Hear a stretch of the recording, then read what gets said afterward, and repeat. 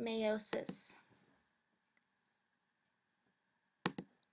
by Zuhur Hassan, Ashni Patel, and Stacy Brenes. So, here's a picture of meiosis, and essentially what meiosis is, it's the process that haploid cells are produced from an organism which was originally diploid.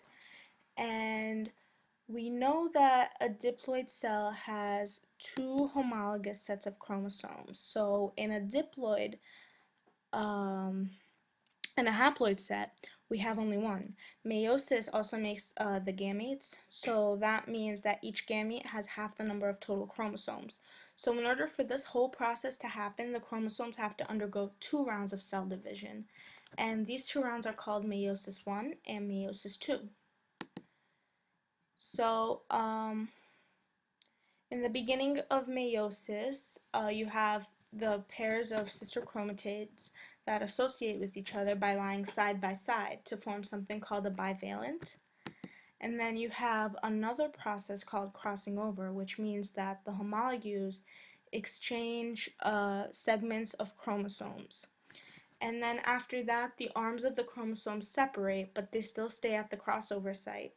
And they're connected by something called a chiasma. And the whole process is important in increasing genetic variations in organisms. So here we have the first phase of meiosis, which is meiosis 1. But before meiosis 1 happens, the chromosomes replicate in the S phase and they grow in the G1 and G2 phase in order to produce sister chromatids to undergo meiosis. And then happens meiosis 1. And there's two phases in meiosis, one that aren't really focused on so much in this presentation, but I'll mention them briefly anyway.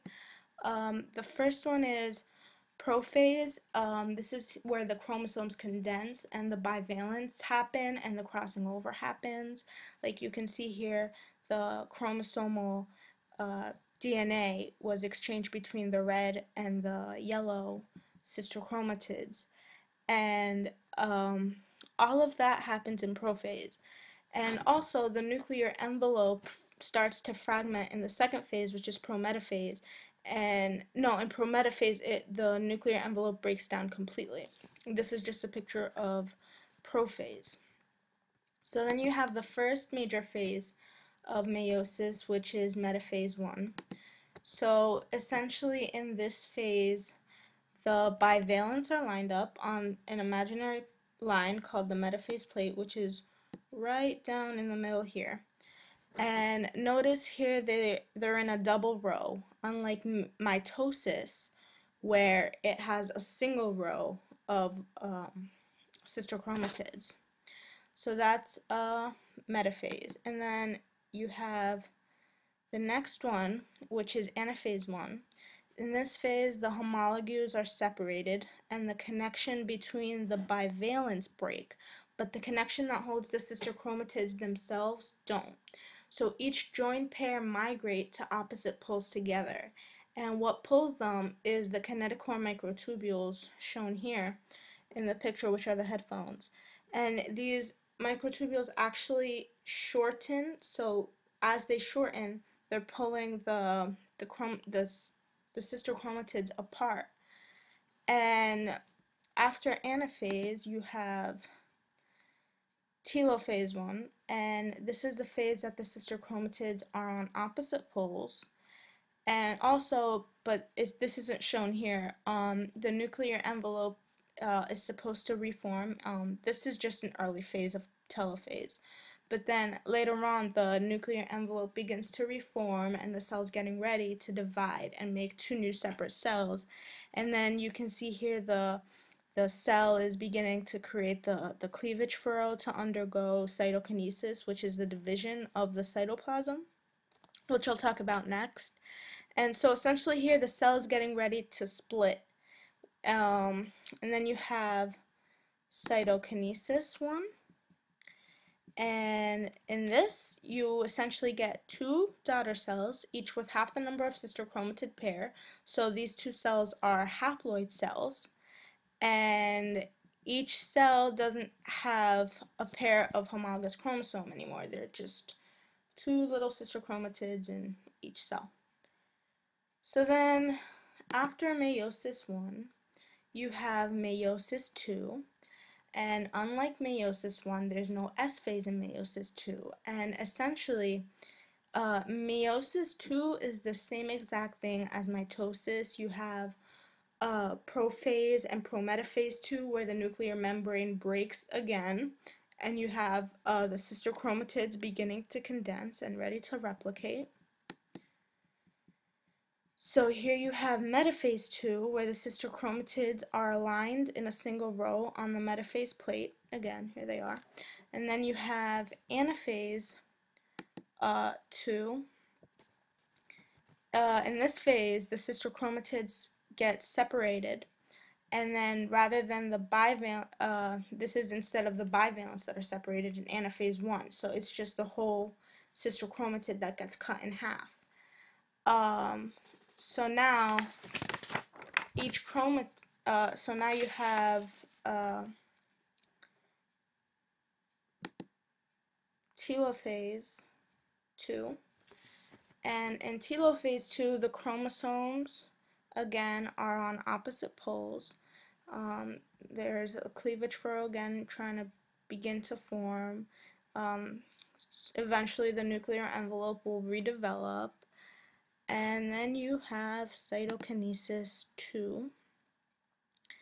And cytokinesis 2, you now have 4 daughter cells, each with homologous chromosomes, I think. They each have, the chromosomes are not in sister chromatids anymore, they're just separate. And yeah, that's cytokinesis 2. So as we saw before, crossing over is one thing that can cause diversity in genes because the chromosomes exchange the genetic material in crossing over. However, there's another way that genetic diversity occurs, and this is by independent assortment. And what independent assortment is, it's pretty much the random distribution of paternal and maternal chromosomes in the gametes of meiosis. And there's over 8 million ways to arrange 23 pairs of chromosomes. So you can see how independent assortment would yield so many different combinations of alleles. So in independent assortment, you still have the same steps. So you have meiosis 1 and metaphase 1. So here you have the homologous pairs lining up at the metaphase plate. Notice that the red homologous pairs align on one side of the plate and the yellow align here. And on this one it's the opposite, one yellow, one red, one yellow. And this is called the chromosomes assorting independently. And by the way that the one pair of chromosomes line up doesn't necessarily affect how the other pair lines up. Here's anaphase 1. Here's one example. You have the 2 yellow and the 2 red, and they're separating by the microtubules. And here's the second example, the 1 yellow, 1 red, 1 red, 1 yellow. They're separating apart. And then you have telophase 1. The cleavage furrow here is beginning to form. You know, the nuclear envelope will form eventually. They're getting ready to separate. Same thing goes here, but it's just a different combination. And then you have cytokinesis 1, where they completely separate. The cytoplasm divides. You get 2 haploid daughter cells because they have half the number.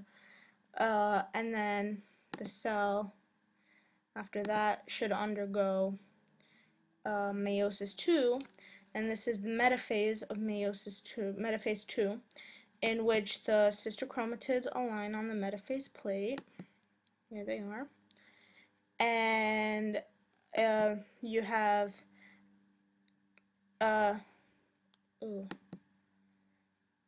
this is telophase, but before that we're supposed to have anaphase.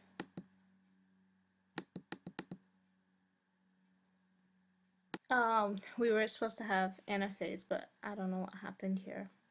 So, but basically you get the main point. Anaphase occurs where where they separate, and then you have telophase, where they're getting ready to divide and undergo cytokinesis. This is the first example. Here's the second. And then you have cytokinesis 2, where they completely separate. And in cytokinesis 2, you have 4 haploid cells, each cell containing half the number of chromosomes. So then now we have something called non-disjunction. And in this process, the diploid cell undergoes meiosis 1 normally, and non-disjunction is what occurs with the spindle fibers from the same pole attached to both centromeres of a pair of homologous chromosomes. So when both homologous chromosomes move to the same pole and aren't separated, when they complete meiosis 1, the myocyte divides into 2 cells, and one cell is going to contain an extra chromosome while the other one lacks a chromosome. And then meiosis 2 continues this way, and then you end up with aneuploid cells. So if you look at that here, here's metaphase 1, the cells dividing normally. And here's anaphase, where they're separating. And then cytokinesis 1. And then you have metaphase 2, undergoing division again. Now, metaphase 2, they were fine.